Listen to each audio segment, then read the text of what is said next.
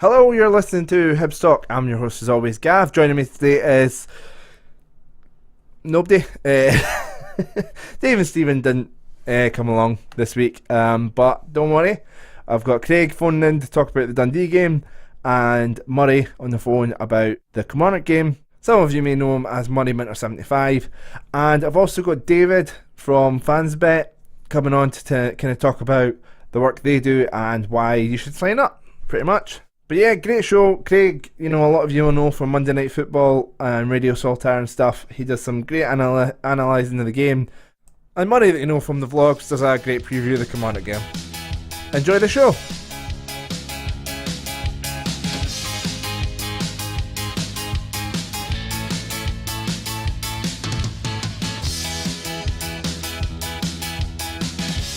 So we're going to look at the Dundee game now. At half time, or just before half time, was thinking this was going to be a great game to review, but unfortunately didn't stay that way. Joining me now is Craig. How you doing, Craig? I'm not bad, mate. How are you? Yeah, good. Okay, so off to a flyer, like I said, Boyle and Horgan linking up quite well. Decent cross for Horgan, and I don't know if it was going to go to McLaren or not. Looked like it was, but and then it ends up the defender puts it in. So what were you thinking when we go 1-0 up after, 34 seconds or something? You're thinking it's going to be one of those days where it's going to be like a procession. It's especially with the way that Dundee, their seasons went so far. Getting rid of Neil McCann not too long ago, and that was probably the worst possible start that they could have imagined. A good ball in for Horgan. I'm still not quite sure what footed he is, whether he's right or left footed, because he seems to be equally adept with both. So no, it was a good ball in, and like you say, if the defender's in that sort of rock and hard place moment where he knows if he has to get something on it, it's probably going to end up going in. But if he doesn't even make an attempt, he's got McLaren, hanging about at the back post ready, and waiting for the ball to fall to him. So no, it was a good way to start the game. And then next up, Horgan and Boyle linking up again. It was the same. It was Horgan slipping it through to Boyle, and he decided to take on the shot and put it just wide. I think it'd be fair to say, near enough every time Boyle got the ball in the box on Saturday, he was taking a shot. Do you think he's maybe just a wee bit overconfident now? He's always seemed to be going for goals. Was there better options? I think McLaren seemed a bit annoyed at him, and I think there was one, the second chance, where Canberra was quite annoyed at him for no passing. I think so. I mean, you need to sort of temper it with the fact that he's obviously going to be flying coming back for, he's two goals in 2 games for Australia, and admittedly played really well for them. But there seems to be a sort of, a crossover between the Boyle that's played for Australia and the Boyle that we've seen even over the past sort of maybe 6 weeks or so, because I don't think there's been 2 completely different players over those 6 weeks compared to the boy that went away on international duty. So, he's not the most prolific either. I think we've discussed this in the past. His conversion rate's really low. So he should be, especially with somebody like McLaren who could be doing with a goal to get his confidence up, looking to square it. But I mean, when you're in that position, it's easy enough to look and, in hindsight and say, oh, he should have squared it, he should have cut it back. But I think you're right with Boyle. He is a wee bit too overconfident just now. I think he just maybe needs to rein it in and go a bit back to basics, getting the ball deep, running at defenders, getting balls in the box, rather than sort of thinking that everything he hits is going to go in, because it clearly never will. Yeah. And next up, Kenny Miller had a decent chance, a header from close range, which he put wide. Quite worrying that he kind of got the space. This was something that they pointed out in the highlights. I never really realised how much space he'd actually got, but 3 defenders, and he gets that amount of space to get the header, which he probably should have done better with. But a warning sign for Dundee there.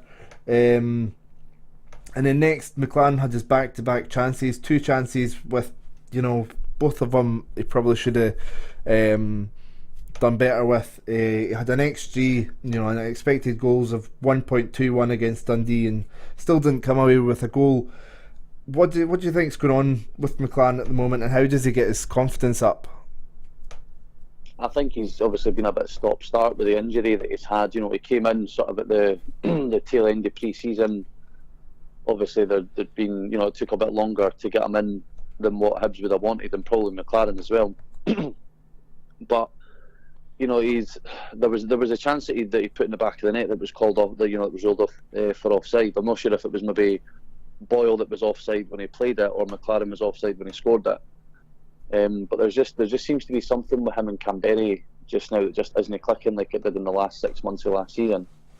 It's quite, I think it's noticeable that, there's no coincidence that when they two were banging them in, they had Scott Allen playing in behind them.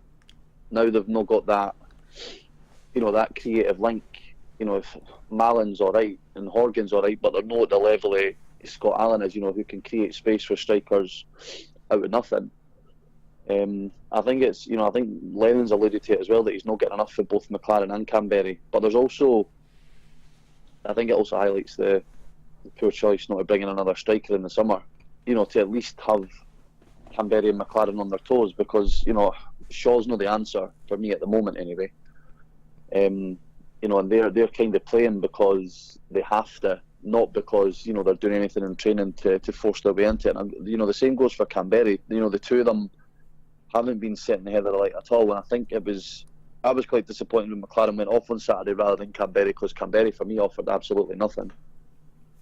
And like you say, they've got Boyle, who is more of a winger, and two youngsters in Shaw and Allen as competition for the two of them. So they don't really have that, really good striker putting pressure on them. So maybe something that we need to look at in January. You mentioned Mallan there. We'll come back to Mallan and his overall game in a second. But one thing that we know Mallan is really good at is set pieces, and it's usually been from corners and free kicks. But at this point, it was a cross into the box, and it was met with Porteous. What do you think of Porteous's header? Oh, it was, as soon as it left Mallan's boot, you knew it was going to him, and it gave the keeper absolutely no chance, just bulleted it clean past him. It was a great ball and a great header. So I hopefully see more of that as the season goes on. Next thing though, I wanted to talk about Mallan's overall game. Kenny Miller gets his goal. He's got a bit too much space in the box. Hanlon's kind of nowhere near him. But before that, Ralph's cross, it's Mallan that's kind of with him, but he's not putting any real pressure on him. I think, for me anyway, I feel that Lennon has been trying to turn Mallan into the new Dylan McGeoch, and I don't know if it's working. And he seems to be trying to be patient with it and keep on trying to get him playing deeper and being defensive as well as being a threat going forward. Do you think Mallan's will be able to achieve that over time, or do you think he's more suited to number 10 position? I think he's almost between that McGeoch in the 10 position. I don't think he's got necessarily the football and brain to play the McGeoch role, but I also don't think he's creative enough to play in that 10 role. Now, I know it's quite daft saying that he's not creative enough when he's got an absolute wand of a right peg, but that sort of intelligence to be able to spot a pass and spot a move, before it happens, like what Scott Allen can do, or somebody like Scott Allen can do. I think he still needs to be playing a wee bit further up the park though, because he is a threat for, for 30 yards inwards. Anywhere in the park he could pick up the ball and rifle it in. So we need to be getting the ball up to him a wee bit further up. But I mean, I texted my cousin before the game and I was like, it's an absolute guarantee that Kenny Miller will score at some point. don't know when it'll be, but he'll score. And he's the way that he played on Saturday. He's still, he plays like he's 28, no 38. He's still here, there, and everywhere. You can see that he is a very, very intelligent player. He just nips right across Hanlon to stick it in, and that's the kind of, that's the goals that Kenny Miller's been scoring for the past 20 years since he broke into the team at Hibs.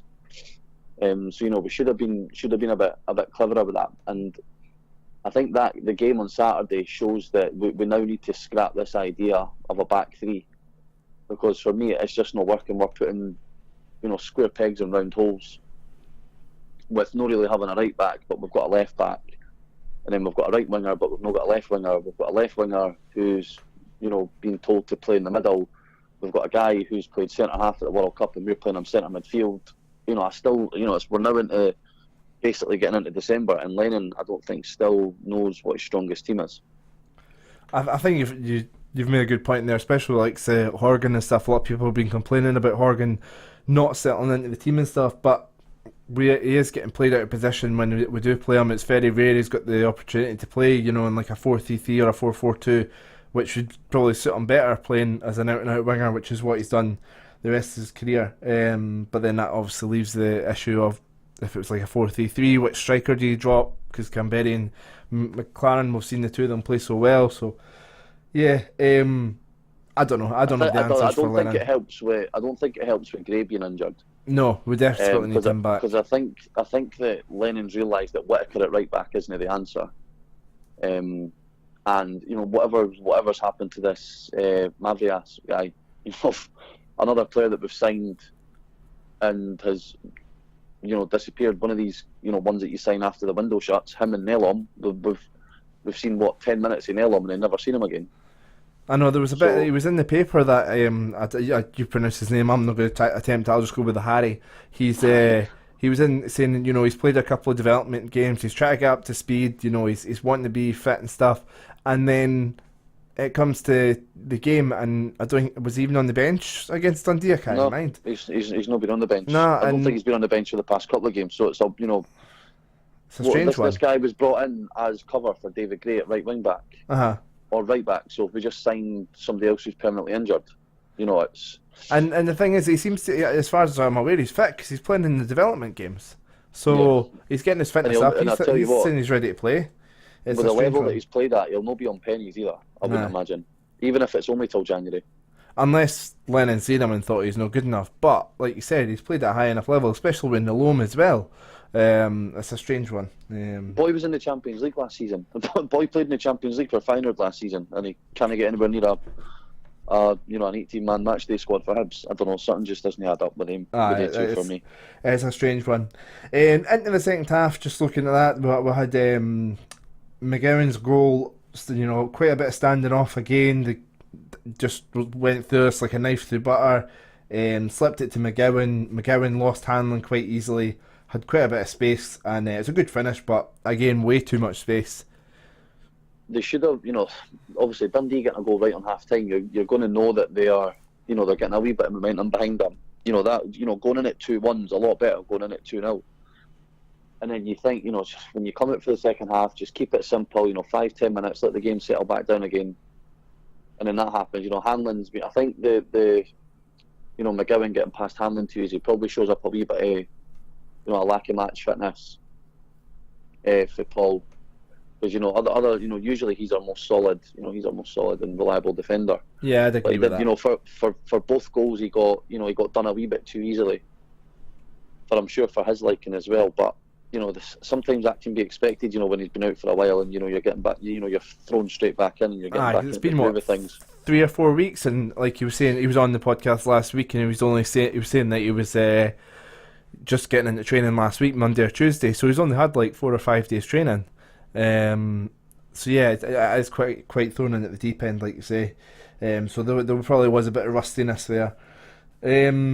So I mean, we could go into the rest of the chances, but they were all kind of half chances, and I think we've kind of majority of them kind of came to Boyle, who kept on going for a goal, which frustrated a lot of people, which we've kind of already covered. So finished 2-2 in the end. What positives can we take from the game? I genuinely don't think we can take any positives from the game. Surely Porteous. I mean, I don't think Porteous was at fault for the goals. Then I know, but when you're part of a 3-man defence, and you lose 2 goals to a team that's bottom of the league, they hadn't scored more than 1 goal in a game all season. Aye, they'd only scored 1 goal since Thingley came in, the new manager, and it was an own goal, so they didn't even score it. So I think it is really disappointing. I suppose a positive you could take is that I think it gives Lennon and the rest of them a wee kick up the arse to sort of get themselves in gear, because I've seen Lennon out saying, it's we've gained ground on the teams above us, but we've got an absolutely horrendous run coming up in December, and we need to be going into that with some level of form. That's why I think the Saturday's game against Kilmarnock is massive. We need to be taking 3 points for that. If we've got any, because if we don't take 3 points for that, and we go through this run that we've got coming up, could easily see us take only, 3-4 points out of a possible 15. And I'd like to think that Lennon will have them in training during the week, working on something to get 3 points. Because obviously the last time we were doing it at Rugby Park, we went 2-0 up and, the game ended 2-2 and we were hanging on at the end. And I mean, Lennon's been speaking about, he's been speaking in the papers about, improving the mental state of the team. How does he go about doing that in the next few days ahead of the Kilmarnock game? Just, getting them back to basics, getting the players in a position where, they can actually hurt teams. Get Boyle and Horgan out wide. Get Milligan and, sitting in the midfield. Milligan or Bartley sitting at the base of a three in midfield with Mallan and, Hyndman or Slivka playing alongside them. Get the ball out wide, get the ball in the box for Canberra or McLaren. If it's not working for Canberra or McLaren, after 60 minutes, change it up. Whereas, right now, we've not got an option to change it up. And Lennon does really like to leave it late in terms of changing things. To be fair, he'd done it. He noticed that it was going against us on Saturday, so he, brought on, obviously, Milligan was towing, like, he was absolutely struggling. And I can't remember who else was it. McLaren took McLaren off and brought Agipong on. And now it's just unfortunate that he's probably going to find, because it looked like he'd done his hamstring. He's either his hamstring or groin, one of the two.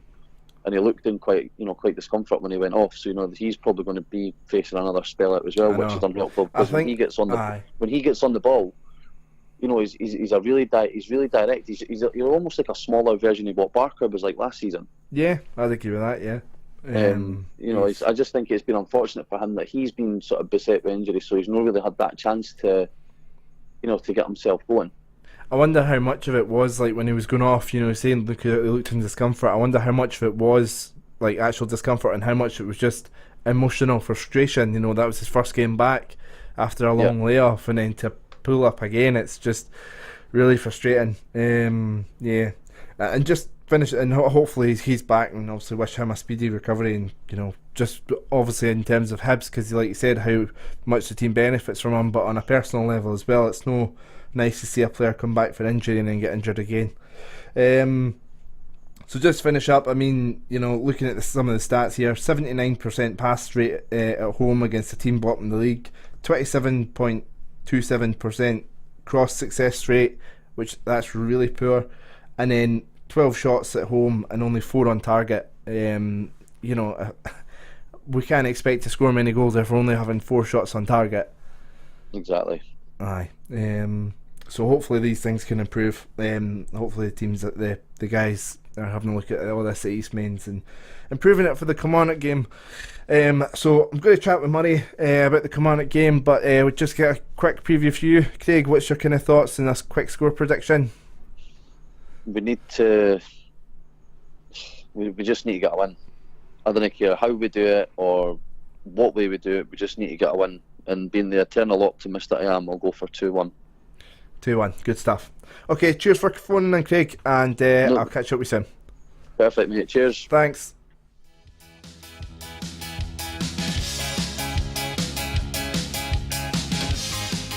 So as mentioned on last week's podcast, we have teamed up with FansBet. They're about the fans, for the fans and by the fans. And unfortunately he's not a Hibs fan, but he's a Clyde's fan. We've got David joining us now. How you doing, David? I'm alright, thank you. Thanks for having me. How did Clyde get on at the weekend then? Oh, sadly, we are already out the cup. So we had a quiet weekend where we friendly at Linlithgow Rose instead. Which was a good day out. You could go to a few good pubs in Linlithgow and the social club, and then a wee 1-1 draw with a junior team, or an East of Scotland League team as they are now. So, well. They're coming on Linlithgow. They're doing quite well. Because I'm West Lothian, so I've been keeping an eye on them and stuff. And obviously we had played them in a pre-season friendly, and I think there's behind the scenes they're doing stuff to try and take steps forward. I think they're one of the more forward-thinking clubs, and they're definitely trying to get through the pyramid system. Yeah, and I think they probably will in the next couple of years anyway. There's a few clubs in that league trying to get through. Yeah, them and Blackburn are another one that are kind of trying to make steps forward as well. So it'll be interesting to see where they are in 5-10 years time. Yes, just so long as Clyde are in a league above, I'll be happy. How are you getting on in the league now? We're currently sitting, I think we're third at the moment. We've been a wee bit inconsistent, but it's playoffs, I think, is what we can aim for. Championships, I think's a bit beyond us this year, but if we can get the playoffs and we get up through that and get out the third division, then that's the aim of the aim. So obviously you're from FansBet, so that's so why we've kind of got you on. So for those who don't know much about FansBet, how did it get started and how is it different from other bookies? Yeah, so FansBet is we're an online bookmaker, and the main thing is we give 50% of our net profits back to supporters. So we're trying to do things a bit differently. It actually started off with a couple of Norwegian guys who are Liverpool fans, and they started their own website for Reds Bet for Liverpool fans, then decided that they were going to make one for Man United, which is Red Army Bet, and then they thought, why don't we get all football supporters involved and make it something called FansBet. So Hibs Talk have joined us, which is excellent, and looking forward to raising money for you guys and helping your causes that you're going to support. So you've obviously mentioned Man United and Liverpool there, and I know there's been Wolves and Everton and that in the past. So what have they been able to do with teaming up with you guys in the past? So Man United Supporters Trust is probably the main biggest one we've got, and they are actually trying to raise money for a supporter liaison officer. I don't think down in England it's as much of a thing where the clubs provide them. It's more that the fans will finance them. So we've managed to give them some money to hopefully get somebody employed in the next few months. We've also, with Shrewsbury Town, we've helped them raise some funds for the first safe standing in England and Wales, which is really, really good. So yeah, there's been lots we've been able to do, and most of them have been down in England, but we're now hoping that we can get some guys in Scotland benefiting. So who else in Scotland have you managed to team up with? Obviously there's ourselves. So we've got you guys, we've got a Celtic podcast as well, Celtic State of Mind have joined us. We've got Killie Thistle supporters, hopefully raising money for their trust. We've also got a St Mirren supporters group. We've got a Clyde fan group, which is obviously the first one that I got to sign up. And we've also got Edinburgh City and Elgin City on as football clubs, because they don't have sort of big fan bases. So with them, we work with the clubs directly, and that's quite good as well, helping them do some of their community activities. But I suppose probably the biggest partnership we've got is with Supporters Direct Scotland. So that really gives us a national profile there, and obviously Supporters Direct Scotland are the main fans body that represent supporters to the SFA. So it's great to have their recognition, and we helped them out at their supporters summit they had at Fir Park back in September, which was good as well. So how does it work, and why should people sign up with FansBet? So it's really simple. So simple. We're not asking anybody to start betting. We're only looking for folk who already have a bet, and we want you to switch from your providers and move over to using FansBet, because it will benefit Hibs and Hibs groups. All you do, sign up at fansbet.com or download the app and select that you are a Hibs fan. And then if you want to support the Hibs Talk podcast, select the Hibs Talk podcast. And when you play through, 50% of the net profits that come from your account will go back to the guys at Hibs Talk, so that they can be spent on things to benefit the Hibs fans. They can't use it for going on a trip to Tenerife or something like that, unfortunately, but hopefully I think you guys have got some good plans for it, helping grow the podcast and other Hibs causes. So yeah, really simple. Just when you sign up, select Hibs Talk and play through it as normal. We've got all the usual sports betting, casino betting through there, and also we'll do your Hibs specials as well. And that you said it there, we do have some ideas in terms of what we could spend the money on, but at the same time, we are open to Hibs fans giving us suggestions in terms of what would be good causes, whether it's strips for community teams or support people at games, things like that, buying tickets for people who can't usually make it, loads of different ideas. But yeah, if anybody else has got any ideas, then fire them our way in the direct messages and stuff. And I think that's one of the key things you said there, is that the enhanced bets. I think the one for the weekend, one of them was Martin Boyle to score. Unfortunately, that didn't happen. But there'll be enhanced bets every week for people who sign up, which is great. So that's really, I think, all the questions I've got here. Any sort of final things you'd like to say? Just hopefully that it's something that your fans will get behind. We know that a lot of your listeners will be people who place a bet now, and we're not asking you to change your habits. Just switch to FansBet, and we'll make sure that the money comes back to help Hibs causes. And I'm really looking forward to the first time that we can give you some money so that we can get some good stories to tell folk about. You can actually find out about other stories that we've helped if you just go to blog.fansbet.com, and that's got a big list of all the clubs. As I say, most of them have been in England because we started in England about a year ago. We've only really started up here, so looking forward to, hopefully Hibs will be on there soon.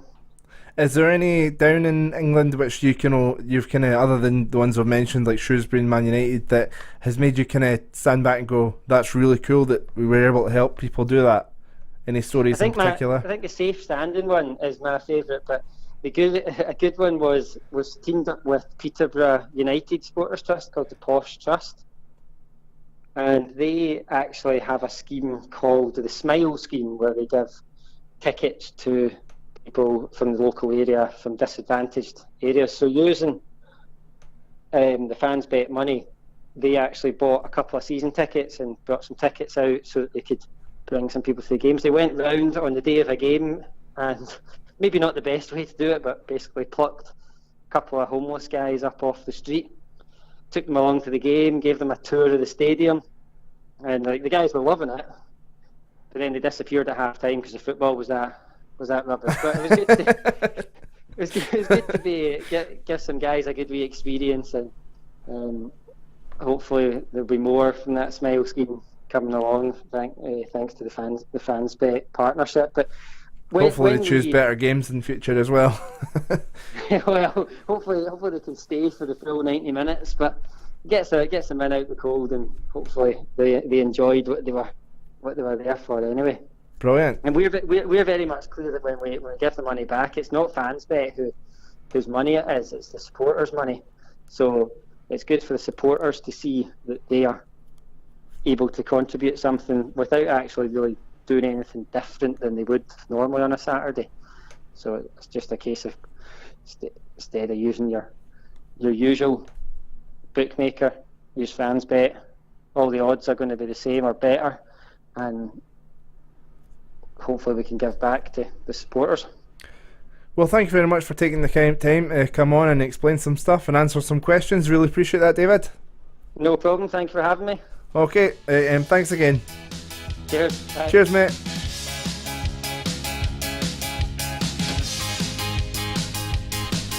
So, joining me now to preview the Kilmarnock game is Murray. Some of you will obviously know him as Murray Minter 75, and of course he's been on the podcast loads. How you doing, Murray? I'm not bad, mate. How are you? Yeah, really good. Now, I know you missed the Dundee game due to a stag do, but yes, very much so. From what you've seen quickly, what was your thoughts on the Dundee game? Disappointing to lose.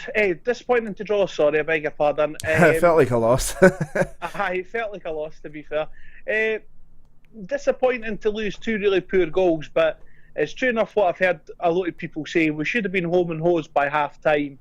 And I'm not too worried about it, because on another day, that's 3 points for us. We take our chances, and Dundee haven't got an answer for us, but we just didn't take our chances, unfortunately. So disappointed. 2 points definitely dropped. Yeah, and I think, that's the thing, but you're saying about not taking the chances, and the key thing is, 12 shots, they're just sort of saying this for Craig, 12 shots and only 4 of them were on target. That's really poor at home. We should have been doing better. I mean, one, we should have more than 12 chances, and 2, only like a third of them on target is a really poor return. Yeah, completely. And as I say, I mean, for what I saw in the game, Martin Boyle had 2 good chances. McLaren had a great chance, which I think the McLaren of last season would have scored. But this season, he's just not hitting the heights as what he did before. So he had a great chance. It was unfortunate for him. And, any one of their goals go in, when it's 1 or 2-0, we're home and hosed, but as I say, just didn't take chances when they were presented. So looking ahead to the Kilmarnock game at the weekend, we're away to Rugby Park. Kilmarnock have had some stuff going on this week behind the scenes, where that's 2 directors have resigned within the space of a week now. But on the pitch, they're doing the business. A draw away at St Johnstone, who have been flying themselves, beating Hearts, first team to beat Hearts in a long time at Tynecastle, and a draw at Ibrox. But obviously the defeat to Aberdeen in the middle of that. So, but other than that, they've been on a good run. They're sitting 4th in the table, only a point behind Hearts, who, obviously, other than the poor recent run, have been flying. So, they're doing well. How are you feeling about the game, first off? I'm always confident going into a Hibs game, mate. I always think that if we turn up, we'll give any team a good game. Whether we win or not, it's a completely different story. The same's got to be said for Saturday. I do think Lenny is going to be looking for a reaction from Saturday's game there. And I think he's wanting a reaction for the recent poor run of form. I think it's one win in 5 games for Hibs or whatever it is. And, that in itself isn't good enough. We all know that. Is the plastic pitch going to play a part? And again, I don't know, but I'm always confident that we'll get a result. So I'm being honest, if you gave me a point now, I'd bite your hand off for it, because Kilmarnock are playing some really good football now. Their home form's been pretty good, I think. So if you gave me a point now, I'd take it. I have to say, usually I'd say that, but I think where we are now in the season, I think we need 3 points, especially with the run of games that are coming after that. I think we need a win. And you look at the table, 6 points behind Kilmarnock with a game in hand. The chance, and we've got a better goal difference, the chance to go 3 points behind them with a game in hand would be brilliant, because then, then we're looking catch up with the likes of St Johnstone and Kilmarnock and overtake Aberdeen and stuff potentially. So yeah, I think we need to start winning games, and although it'll be a tough game, I think it's a must win on Saturday personally. Looking at the Kilmarnock team, what players would you say are the danger men? Which ones are you kind of worried about? Well, Kilmarnock